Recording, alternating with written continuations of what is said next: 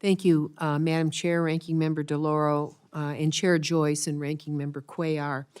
I wanted to address 2 or 3 issues here. Number one, in this bill, our nation has no greater domestic crisis than the opioid epidemic, and it truly is plaguing every corner of our nation.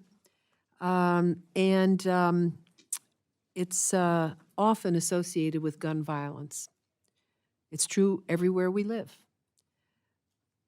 In our country, we've probably lost now the equivalent of all the soldiers we lost in World War II, over 400,000, plus Vietnam, 58,000. If you really look at the numbers, it's staggering.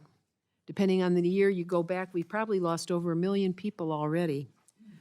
I continue to lament the inability of the Congress and the executive branch to actually come up with a strategy that's effective, and it goes far beyond any concept of a wall. But I wanted to reiterate what my colleagues have said about the inability of this bill to actually strengthen border detection and points of entry. I think that is really important as this bill moves forward for us to think hard about that, because the legislation right now provides a false sense of security by spending billions on what really amounts to outdated and expensive border technology, but leaves our ports of entry and interior border patrol checkpoints vulnerable to the trafficking of fentanyl and other illicit narcotics. Congressman and Chair Joyce and I represent a state which has a county called Montgomery County. Montgomery County has the most opioid deaths annually.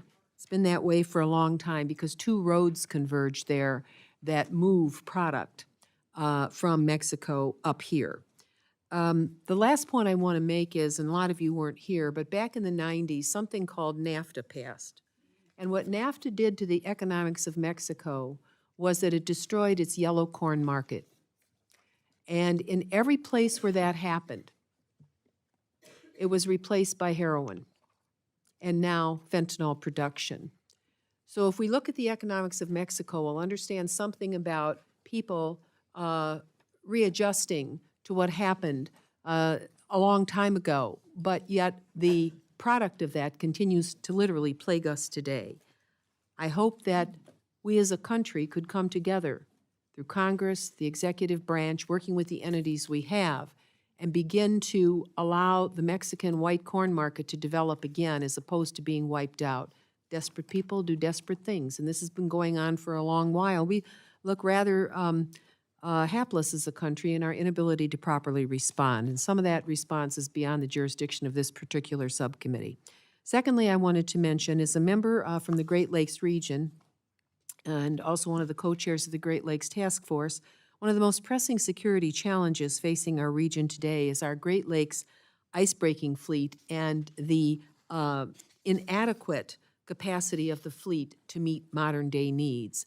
We estimate the economic losses of not having a modern ice-breaking fleet now top over $2 billion, with the loss of over 10,000 jobs over the last 10 years in our region. So I make a plea that as this bill moves to the Senate, that we need additional icebreaker capacity in the Great Lakes, and the modest funding that's in this bill today hopefully can be built on, but it is simply not enough to meet the needs of our communities and the cost of a proper vessel.